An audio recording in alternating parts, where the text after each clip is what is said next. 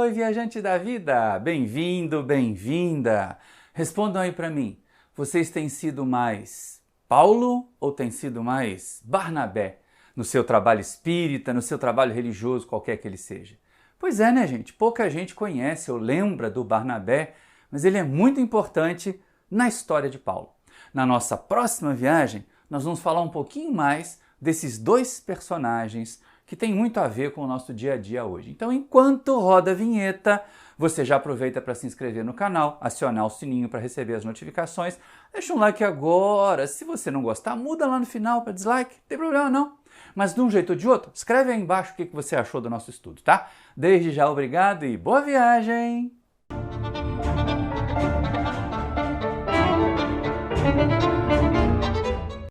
Queridos irmãos, queridas irmãs da família espírita, e você que também não é espírita, mas passou por aqui interessado na sua espiritualidade, que Jesus nos envolva, nos facilite o entendimento no estudo de hoje. Porque, gente, eu recebi um presentão, mas um presente grande, lá dos nossos amigos do canal Espiritismo.net. Eu fui convidado para fazer um estudo do livro Vida e Atos dos Apóstolos, do nosso querido Cair Schutel, que é o patrono lá do Espiritismo.net.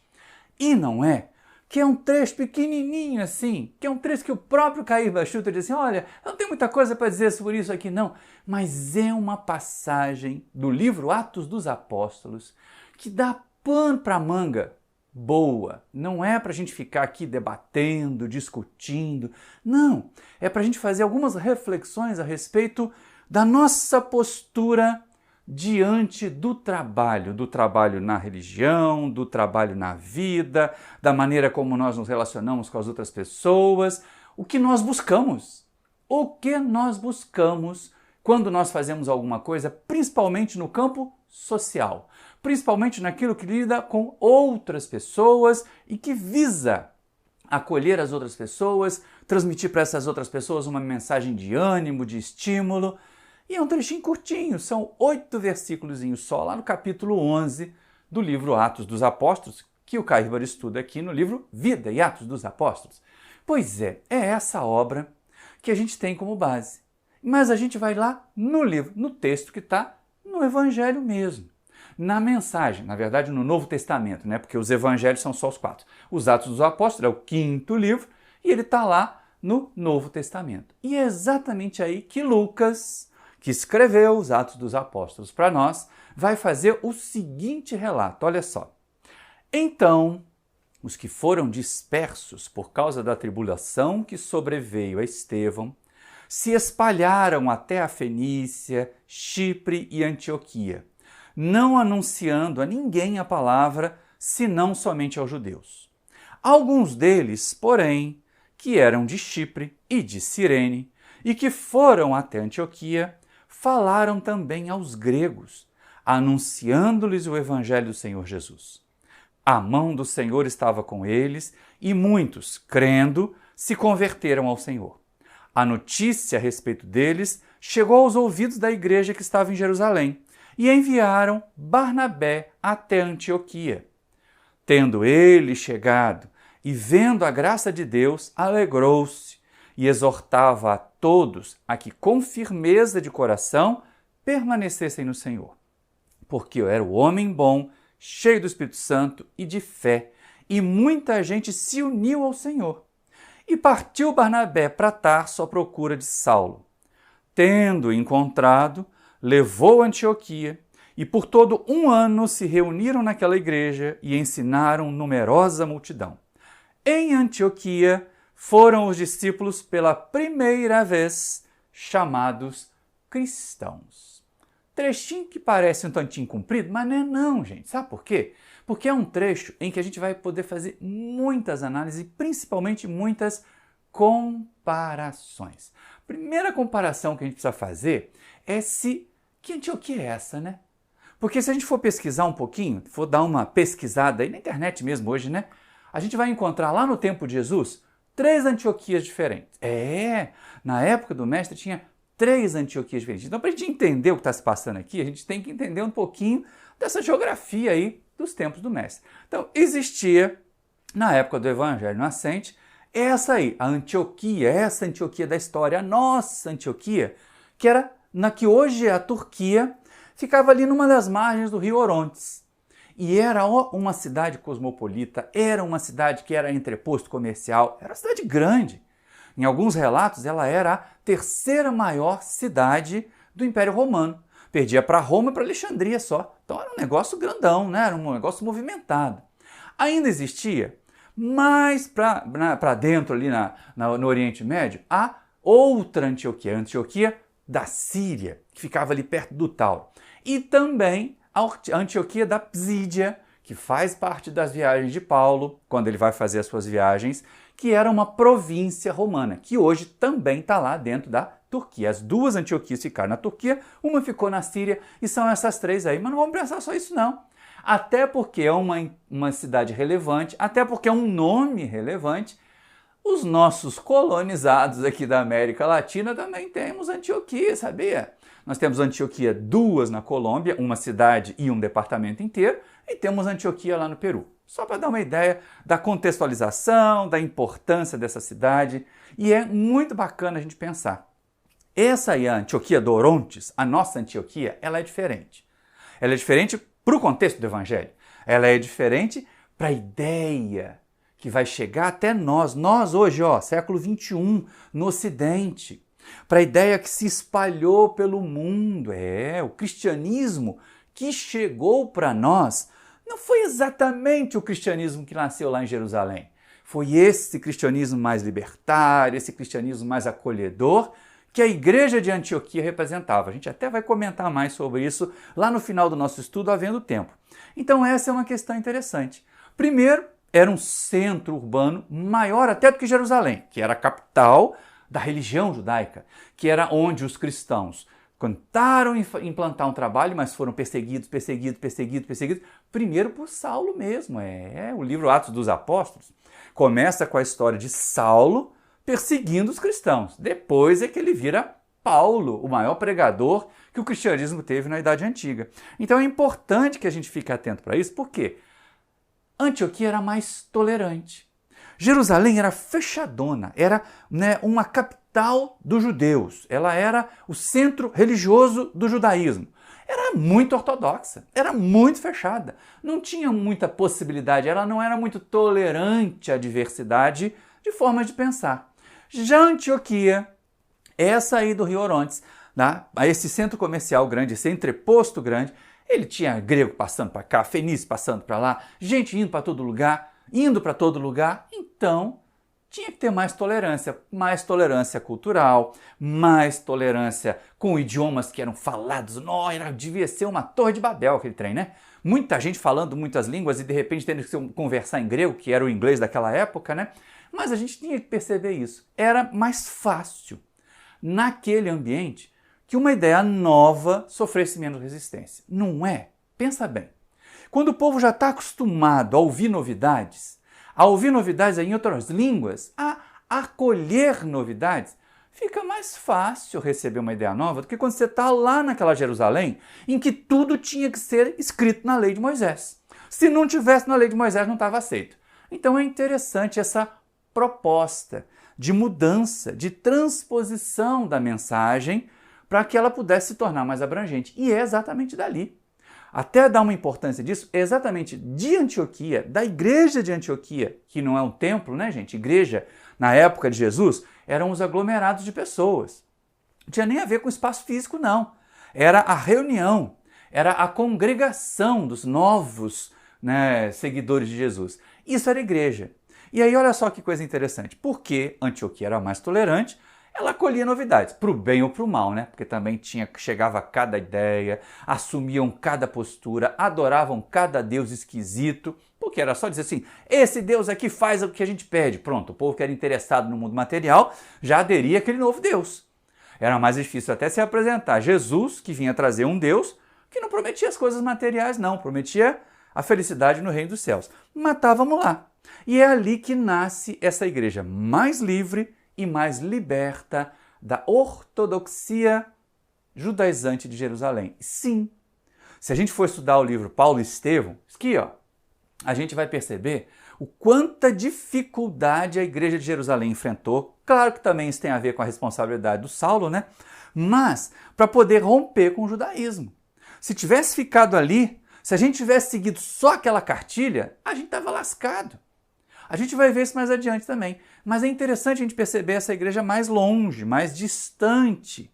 E é essa ideia de pôr o texto, esse texto que a gente estudou no contexto, que vai fazer a gente pensar assim, bom, mas por que foi nascer uma igreja em Antioquia, né? Tá lá a ideia que o Caio Bachutel, ali no vídeo Atos dos Apóstolos, ele fala para nós. O povo se dispersou, né? Houve as perseguições, não aconteceram? Saulo ficou bravo com Estevão, Saulo perseguiu os cristãos, Saulo mandou prender, Saulo mandou matar Estevão. Pois é, aqueles que podiam pegar suas coisas, botaram dentro do matulão e ó, foram procurando outras cidades. Foram se dispersando. Os cristãos, que antes estavam girando em torno da igreja de Jerusalém, se dispersaram para sobreviver. Se dispersaram para não sofrer perseguições. Isso, no fundo, foi um mal que veio para bem. Porque se eles saíram de Jerusalém, que estava lá, sob o tacão judaizante, e foram para outras cidades mais cosmopolitas, mais abertas a receber informações, gente, não é que dava para plantar ali uma nova semente? Dava. Então, isso é algo muito importante, porque a igreja de Jerusalém era judaizante. Sim, a gente vai ver lá Tiago, filho do Alfeu, um dos discípulos, que tinha esse trânsito bom com os fariseus. E ele acabava servindo de ponte entre o judaísmo e a igreja nascente. O judaísmo e a igreja nascente. E para diminuir, tadinho do Tiago, a gente também não tem que botar uma cruz pesada nas costas dele não, né? Esse Tiago, filho do Alfeu, que teve um monte de encrenca com Paulo depois, que teve uns embates violentos com Paulo por causa de questões judaizantes, e Paulo queria uma igreja cristã mais livre, mais libertária. Pois é, esse Tiago, filho de Alfeu, ele fez o que ele podia.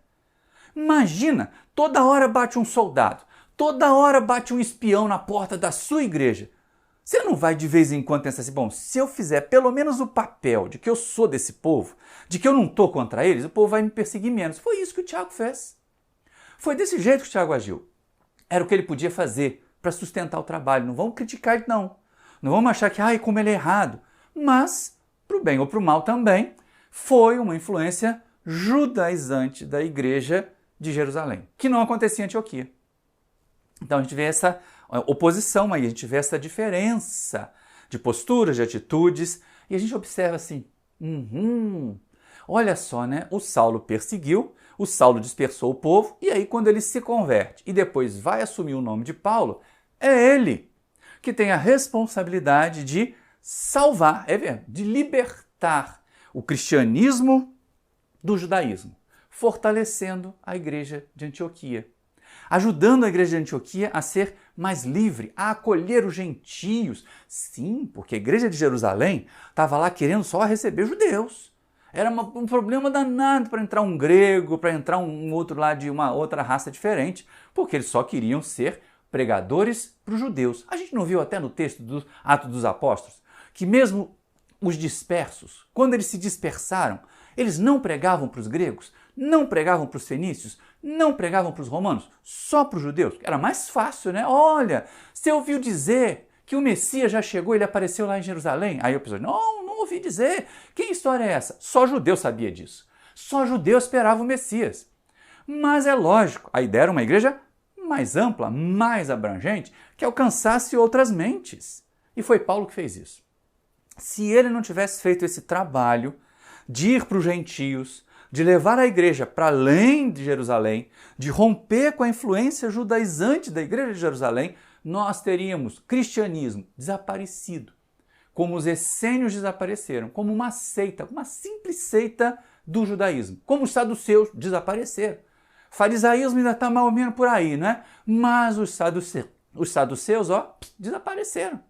Os essênios se extinguiram, até porque tinham um voto de castidade, né? Como não se reproduz dentro da comunidade, dificilmente você vai converter alguém. Vem para cá, mas você não pode, né, formar uma família. Aí vai ficar muito difícil você fazer novos adeptos. Por isso que eles acabaram por se extinguir.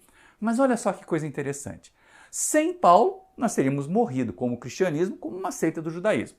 E isso tudo se deve à igreja de Antioquia. Mas, como eu disse, os primeiros dispersos, né? Os primeiros que foram perseguidos em Jerusalém e foram para outras cidades, para Chipre, foram para Cirene, foram para Fenícia, né? Outras localidades, não só cidades. E foram parar lá nessa Antioquia do Orontes, né? Nessa Antioquia que ficava ali mais perto do Mediterrâneo. E aí, olha só que coisa interessante, né? A gente começa a perceber o medim. Aí eu vou falar nada, vai que começam a perseguir a gente aqui. Porque em todo lugar tinha sinagoga. Os judeus estavam espalhados por várias partes do mundo, né? Eram tantas prisões, eram tantas perseguições, eram tantas escravidões, que eles tentavam capilarizar a sua existência. Embora ficasse o templo em Jerusalém, todos eles tinham as suas sinagogas lá para reunião, para ler texto, para orar. Tudo bem. Mas o pessoal de Antioquia, que sabia que tinha uma comunidade judaica ali, ficou receoso de sair pregando para todo mundo, de sair pregando para os não-judeus. Vai que tem um perseguidor romano ali. Vai que tem um sacerdote de Zeus, de Diana ali, que resolve perseguir porque está tirando clientela deles, né? Então estavam com medo. Eles eram frágeis. Eles eram neófitos. Eles tinham muito amor, muito boa vontade, mas pouco conhecimento. E já é o primeiro alerta para nós. Quando eu perguntei lá na intro se a gente era mais Barnabé ou era mais Paulo, ambos se prepararam para fazer a tarefa. Ambos não apareceram de repente assim, oba, oba, agora eu vou divulgar o evangelho. Não foi assim, não. A gente vai ver a história do Barnabé, porque esse estudo de hoje ele é muito mais até um preto de gratidão a esse Barnabé, sem o qual nós não teríamos Paulo. Da mesma forma como Emmanuel fala lá na introdução do livro Paulo e Estevão, que sem Estevão não haveria Paulo. Sabe que eu pensei bastante e sem Barnabé também não? Mas já chega lá. Então olha que coisa interessante, estavam com medo e aí algumas pessoas que vinham de Chipre, Chipre era, né, a ilha onde nasceu Barnabé, e eles foram lá e resolveram pregar para todo mundo.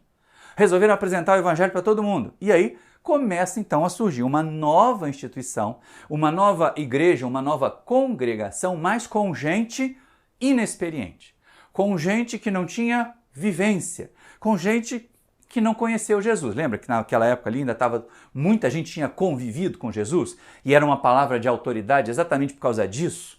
A gente tem que tomar um cuidado danado, tá, gente? Por favor, não é o fato de ter convivido com Jesus no mesmo tempo de Jesus que dá autoridade espiritual de Jesus. Porque hoje tem um monte de gente que virou profeta do Chico Xavier, né? Ah, mas eu vivi com o Chico. Ah, mas eu frequentei a casa do Chico. O Chico me confidenciou isso. Está cheio de profetas de Chico Xavier fazendo revelações que o Chico me disse, que o Chico disse isso, que o Chico disse aquilo, e o Chico não está aí para desmentir. Então confunde mais do que ajuda. Mas voltando cá, para a igreja de Antioquia, o povo não tinha convivido com Jesus, não sabia, só tinha ouvido dizer. É aí nessa hora que entra então a igreja de Jerusalém com a sua importância. Na igreja de Jerusalém estavam aqueles que tinham convivido com Jesus. Mas eles não podiam mandar um dos 11, né? Porque Judas tinha se matado. Mas eles mandaram então Barnabé, que era ali o segundo escalão. Vamos pensar assim, Barnabé era do segundo escalão da igreja de Jerusalém. Ele tinha sido discípulo de Pedro, tinha aprendido com Pedro, talvez até tivesse convivido com Jesus, mas não tem nenhum relato claro, explícito disso, mas estava lá. E aí esse Barnabé que vai, observa, orienta, lidera, graças à influência da igreja de Jerusalém, porque também eles não queriam perder a influência, não perder o controle da narrativa da história de Jesus, porque isso é muito importante também, né?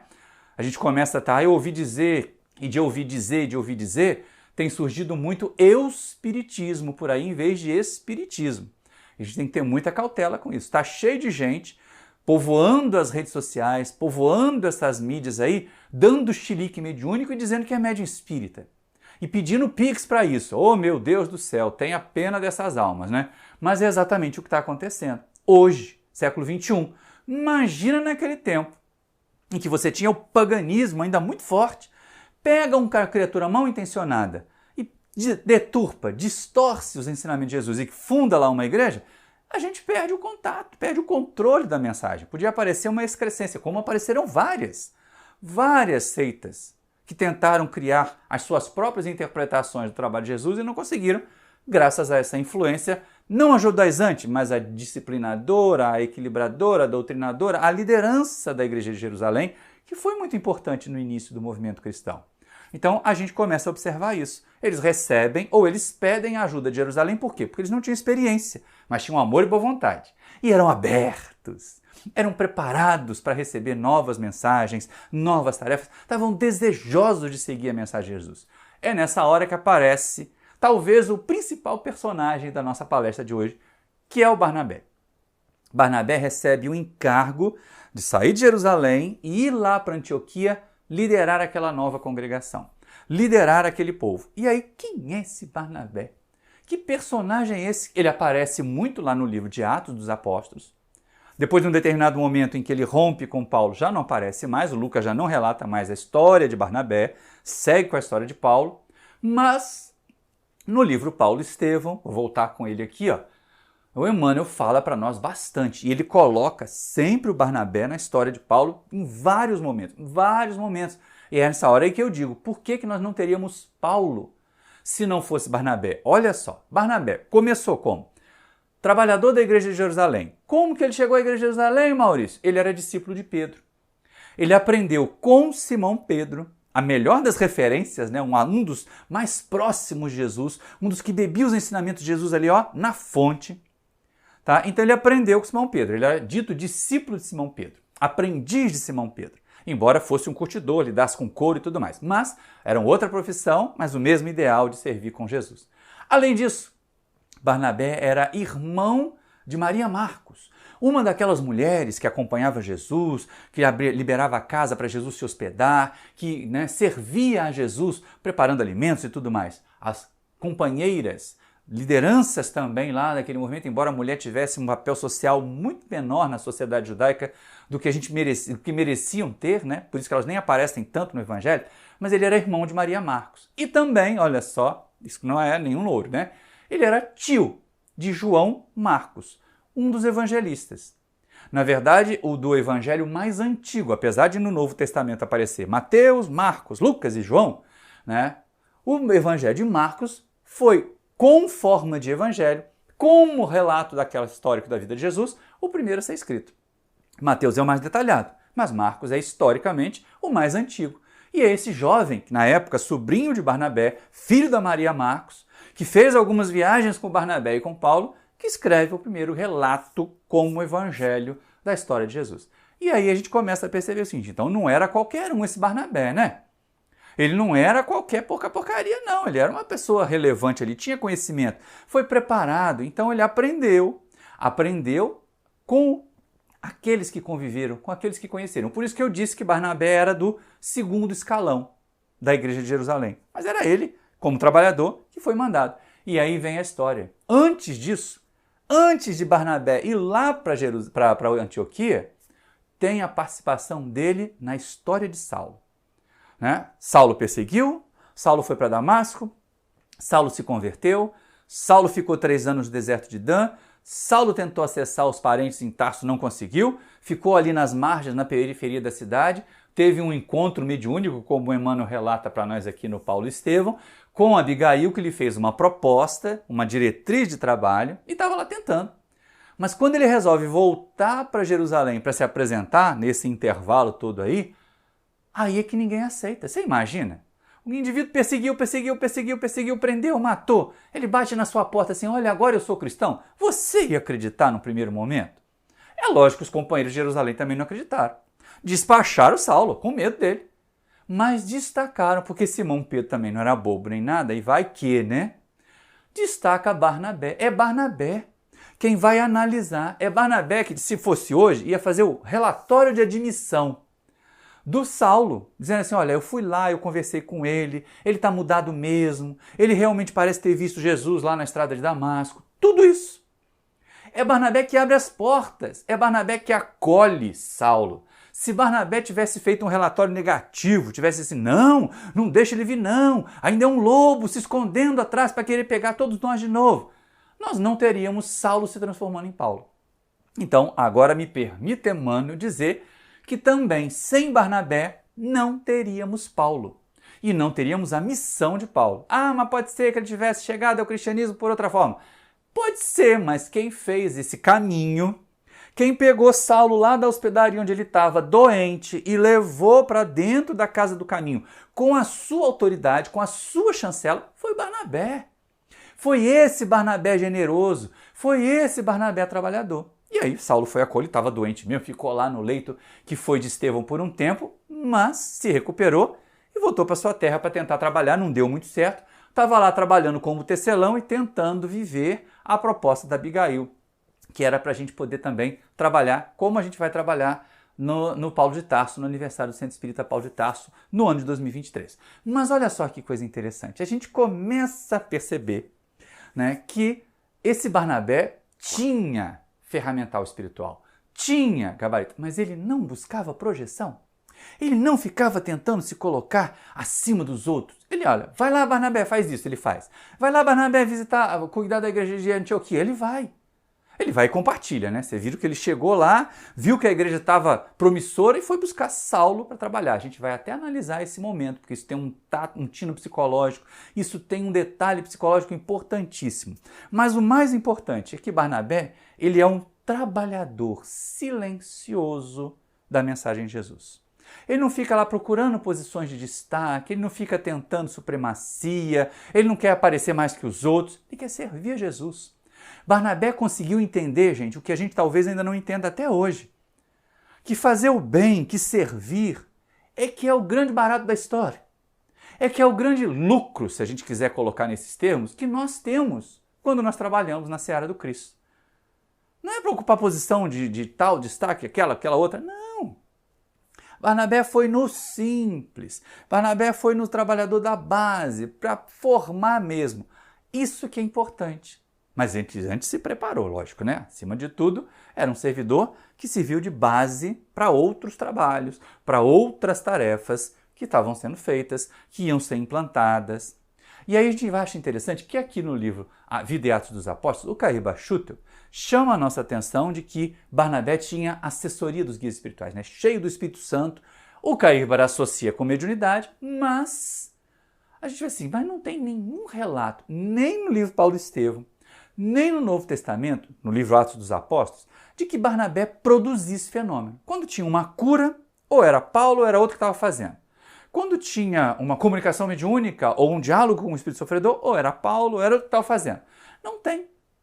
Mas uma coisa sabemos, Barnabé tinha inspiração. Embora talvez ele não fosse médium ostensivo, também não há nada que diga que não, ele certamente era médium inspirado. Isso a gente pode ter certeza, porque hoje em dia muita gente quer ser aquele médium que aparece, médium que faz vídeo no TikTok. Não, gente.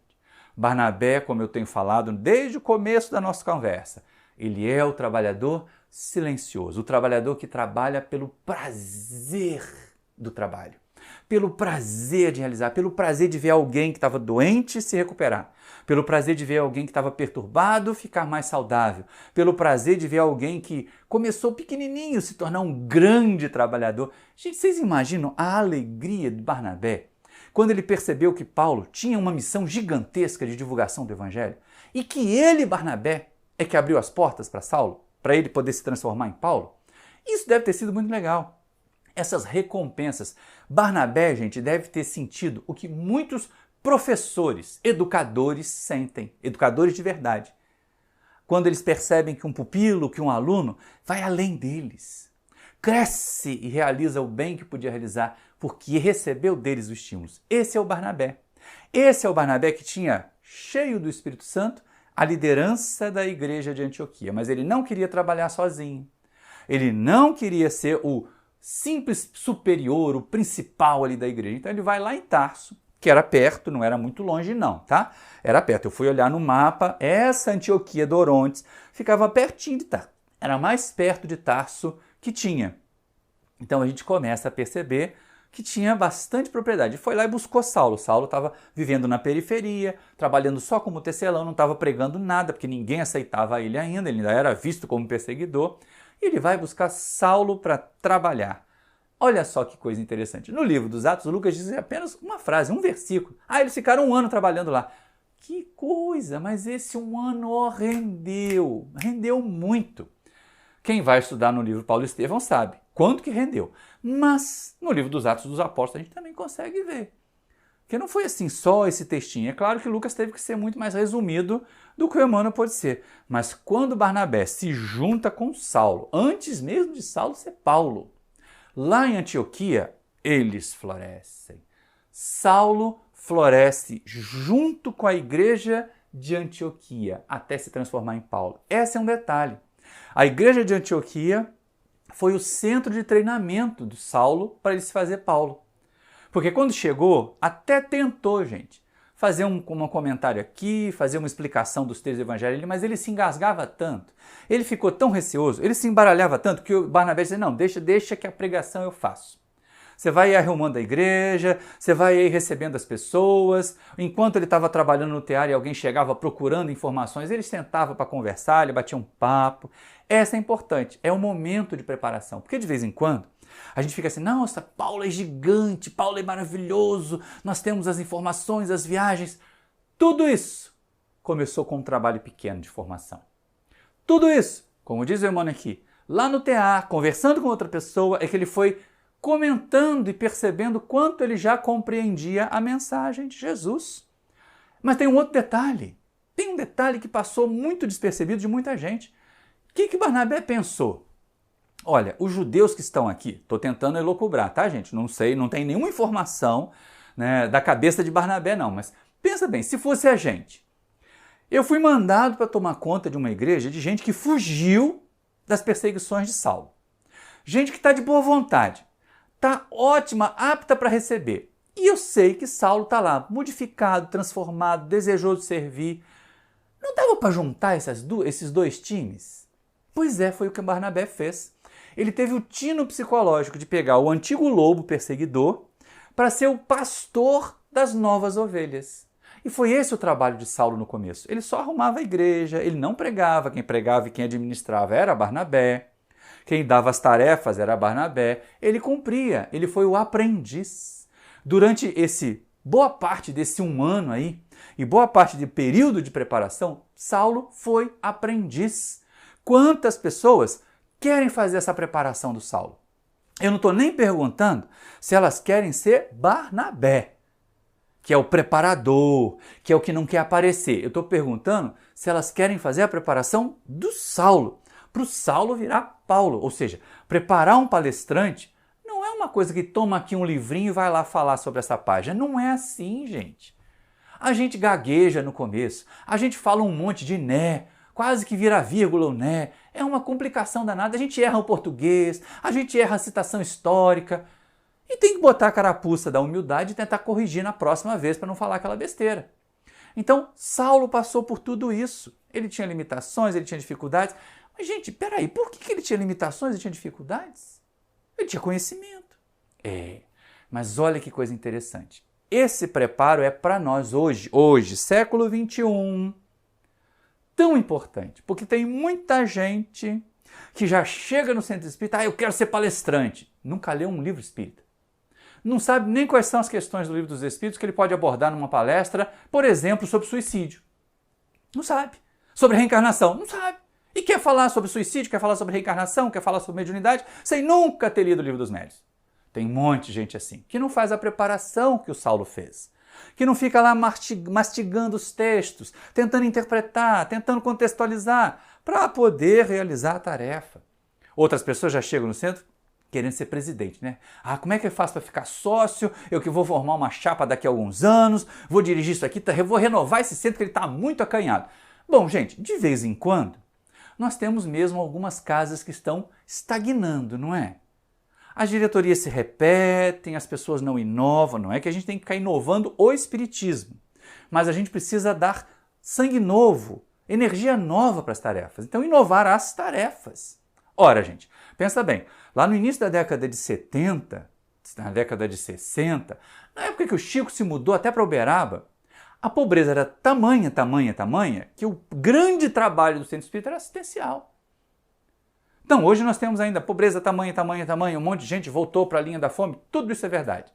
Mas o serviço assistencial hoje trabalha concorrendo ali, não concorrendo no sentido da competição, mas concomitante com o da educação, com o do estudo, com o da tarefa mediúnica, com o da preparação para outras atividades. Então, vai mudando, a casa vai se renovando. Tem algumas casas que são meio estagnadas, mas tem gente que acha que vai chegar e já vai virar presidente, já vai chegar e já vai entrar para a diretoria. Nem deu mostra de serviço ainda. Aqui em Seropédica, certa vez aconteceu de chegar um grupo, lá no Centro Espírita Paulo de Tarso, vindo de uma outra região do país. Uma região que tem ali um movimento diferenciado, que faz uma ação social intensa. Tudo bem, tudo isso é reconhecido, a gente já sabe. Eu já conhecia antes. Mas eles já chegaram no centro, na primeira visita, querendo a palavra na reunião pública para divulgar o trabalho deles. Mas eles acabaram de chegar no centro, eles nem tinham trabalho aqui em Seropédica ainda. E depois me mandou uma mensagem, não, olha só, falar 10 minutos na reunião não adianta, eu quero 1 hora de palestra para poder apresentar o nosso trabalho, que é muito sério. Eu falei, primeiro vocês têm que mostrar serviço. E é isso que muita gente não quer, mostrar serviço primeiro. Quer implantar o seu serviço, mas não quer aderir ao serviço da casa. Ah, mas eu vou cuidar da cantina? Ah, mas eu vou dar passe? Isso aí é para novato, eu sou velho, estou vindo de uma casa que eu trabalhei 30 anos. Eu também. Cheguei aqui no Paulo de Tarso tendo trabalhado 22 anos numa mesma casa espírita. E fui fazer trabalho simples, do passe e tudo mais. Então, muita gente chega já querendo ser presidente, muita gente chega já querendo ser médium famoso. Aí eu quero ir para a reunião mediúnica, porque daqui a 6 meses eu vou publicar um livro. Pelo amor de Deus, não põe um trem doido desse na reunião mediúnica da sua casa. Porque vai estar desequilibrado, já deve estar chegando fascinado. E essa é uma questão interessante. Todo o aprendizado de Saulo, toda a preparação dele, sentadinho ali no tear, que é descrito aqui pelo nosso Emmanuel, já na segunda parte do livro Paulo Estevão. Mas é muito interessante, porque apesar de não poder discursar, ele que era rabino, ex-rabino, né? Não era rabino não. Agora corrige que o Allah ajudou a gente a entender. Ele não foi rabino porque ele não tinha alunos. Ele era doutor da lei, tá? Então ele que era doutor da lei, ele que conhecia a Torá, ele que passou 3 anos lá no deserto de Dan, lendo, estudando o Evangelho com Prisca e Áquila, como é que ele fica bloqueado? Ele que era um grande tribuno lá quando falava no templo, um grande discursador quando falava da lei de Moisés, quando vai falar de Jesus para um povo mais simples, gagueja, fica lá travado. O que aconteceu com Saulo? O que acontece com todo mundo que é só casquinha? Ele não tinha vivência. E aí esse período, esse 1 ano, que pode ser um período de tempo muito maior do que 1 ano, penso eu, porque para preparar um trabalhador como Saulo, que virou Paulo, 1 ano é pouco. 1 ano é pouco conversando com as pessoas, arrumando a igreja, fazendo os trabalhos mais simples, faxinão na igreja, para poder colocar em prática aquela proposta, aquela sugestão que no encontro mediúnico que ele teve com Abigail, a sua noiva amada, está descrito ali no livro Paulo Estevão também, Saulo teve, em que ela propôs a ele amar, trabalhar, né? Esperar, não no sentido de ficar quieto, mas ter esperança, de esperançar, como diria o Mário Sérgio Cortella, e perdoar a incompreensão dos outros, até porque nós estamos encarnados num planeta que ninguém tem a asinha nem a auréola, né, gente? Nós não somos santinhos, e um filme nada a ver diz assim, o meu passado me condena, mas o nosso também, espiritualmente, o nosso passado também nos condena. Então os trabalhadores não nascem prontos, não. Saulo fez todo esse percurso, até poder chegar a ser o pregador que era. E Barnabé se surpreende. No texto dos Atos, né, e Caíba também discute aqui, foi ali em Antioquia que Saulo, agora Paulo, fez a sua primeira pregação. Foi, mas depois de um longo tempo. Depois de um período de preparação. Não foi chegar e blá, começar a falar. Não. E essa é uma questão que a gente às vezes não leva em conta. Então, muitas e muitas vezes a gente olha só para o trabalho pronto. Nossa, olha, fez da viagem missionárias, falava, curava. Deve ter nascido pronto assim. Errado.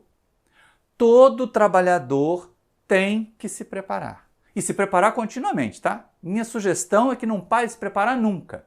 Você quer continuar falando na tribuna? Leia muito, mas também pratique. Você quer ser um bom médium? Leia, estude e também se vigie, se conheça, para não ficar fascinado, para não ficar obsidiado. Né? Porque muitas vezes dizem, não, olha, um bom trabalhador é trabalho do tempo. O tempo não faz nada. Quem faz somos nós. Então, um bom trabalhador é fruto do tempo de trabalho que ele realiza. Quando a gente vai lá no livro dos médiuns, mudando um pouquinho aqui, só para fazer um parênteses, né? Quando Kardec estuda os tipos de médiuns imperfeitos, tem uma lista enorme. Quando ele fala dos médiuns, das características dos bons médiuns, porque não tem médium perfeito, são só 4. Tá? Os médiums bons são sérios, não quer dizer que eles nunca riem, mas é que eles levam a tarefa a sério. São devotados, são modestos e são seguros. Ora, gente, né, seriedade, devotamento e modéstia, humildade, a gente pode nascer com ela. Já pode ser uma característica nossa. Agora, segurança, só o tempo de trabalho traz. Só a experiência traz. Gente, aquela história de conversar com um espírito obsessor na reunião, as primeiras vezes a gente não sabe o que dizer. Mas depois, com a experiência, com o entendimento, aquilo fica uma conversa entre irmãos. Às vezes um irmão mais velho tentando acalmar um irmão mais novo, às vezes o contrário, né? Um irmão mais novo tentando dar exemplo, olha só, você não precisa disso, está sofrendo tanto, vamos mudar de posição, eu já estive aí onde você está. Isso a gente vai fazendo. Então, muita gente acha que é só chegar lá e fazer. Não, o trabalhador se constrói. Paulo se construiu a partir de Saulo, a partir da renovação de Saulo, mas a partir de um Saulo que trabalhou, que faxinou a igreja, que conversou no tear, que foi ficar isolado lá no deserto de Dan, refletindo, meditando nas besteiras que fez. Muita gente quer chegar e ser trabalhador bam, bam, bam, logo nos primeiros minutos dentro de uma casa espírita. Não vai dar muito certo, não é? Então, quando a gente junta esses dois personagens, quando a gente junta um Saulo com Barnabé e dá um Paulo, que Barnabé vai acompanhando, e aí, olha que coisa interessante, vamos voltar aqui de novo para Barnabé, né? Ele, no primeiro momento, era ele que pregava, era ele que fazia as atividades, era ele que administrava. Mas Saulo foi crescendo.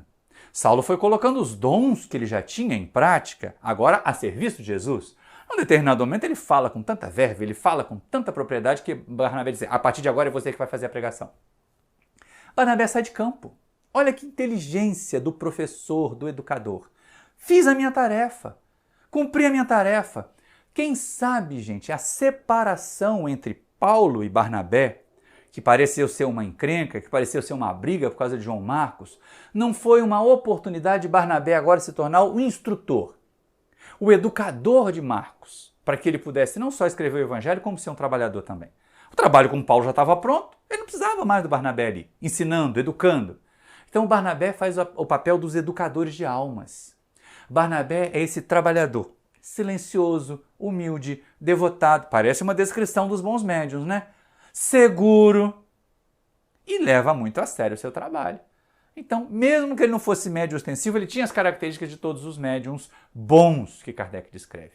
E aí, para a gente poder caminhar já para o fim desse nosso estudo, tem um outro detalhe, um detalhinho pequenininho que passa, porque é lá no começo, e que está mais desenvolvido aqui no livro do Emmanuel do Paulo Estevão do que nos Atos dos Apóstolos. Mas nos Atos dos Apóstolos também dá para a gente estudar isso, né, gente?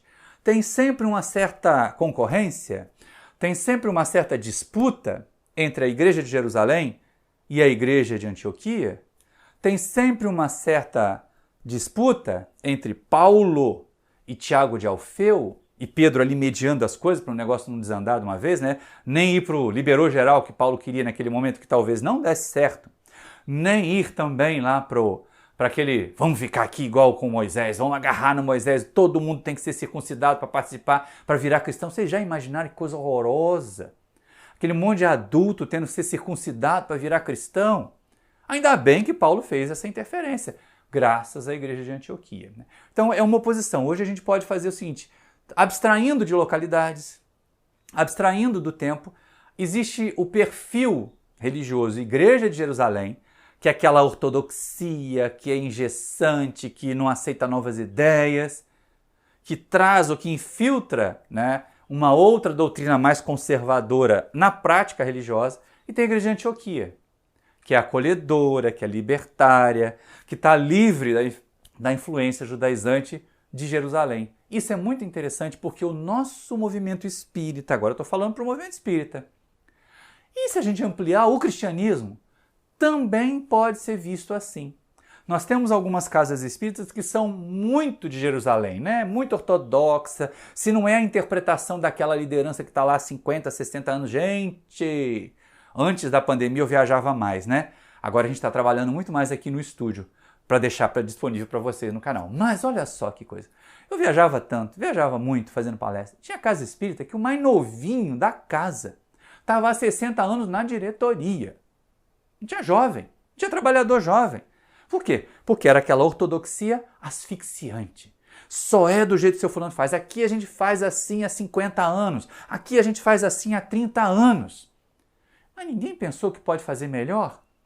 Ninguém pensou que pode fazer diferente?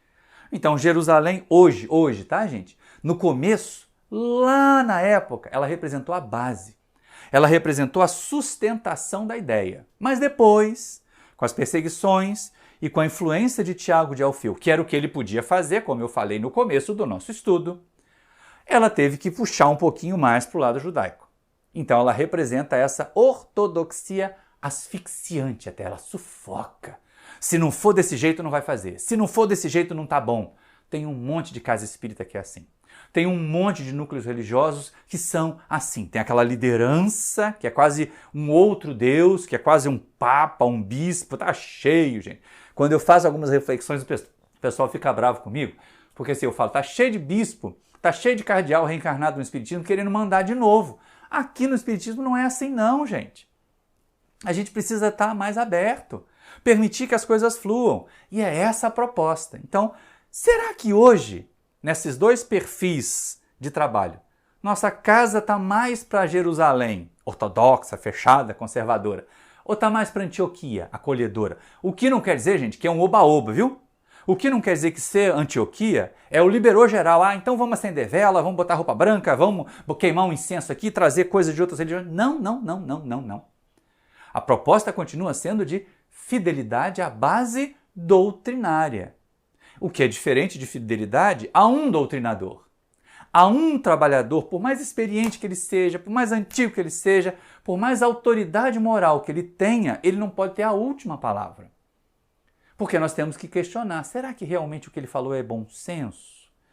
O bom senso é que deve nos ditar. Alguns de nós, às vezes, ficamos tão seguros, tão senhores de nós mesmos, né? Seguro entre aspas, tá? Que achamos que não precisamos mais estudar. E falar, não, mas olha, do que eu sei de espiritismo é isso que tem que ser. E às vezes não é. Mas não é mesmo. Ora essa. Então, até que uma criatura conclua a sua tarefa dela na Terra, cuidado com os rótulos de santidade que a gente coloca nela. Cuidado com os rótulos de representante do espiritismo que a gente coloca nela, hein, gente? Porque ela pode dar uma bobagem, ela pode falar uma bobagem e depois comprometer o movimento inteiro. Então vamos ser mais Antioquia, mas respeitando a nossa base doutrinária. Lógico, é preciso haver estudo, é preciso haver disciplina. Cada um de nós vai exercitar a capacidade de acolher a novidade. Sim, mas não é qualquer novidade, né? Ah, não, vamos botar isso aqui, metria, vamos botar cristalzinho. Não, isso não é terapêutica espírita. Terapêutica espírita, essencialmente, pelo que a doutrina nos proporciona, o esclarecimento doutrinário, é a evangelização, porque é de dentro para fora que o negócio tem que ser curado. E aí, para ajudar, como acessório, o passe e a água fluidificada e a reunião de desobsessão, a reunião mediúnica, assistência espiritual, que se possa dar.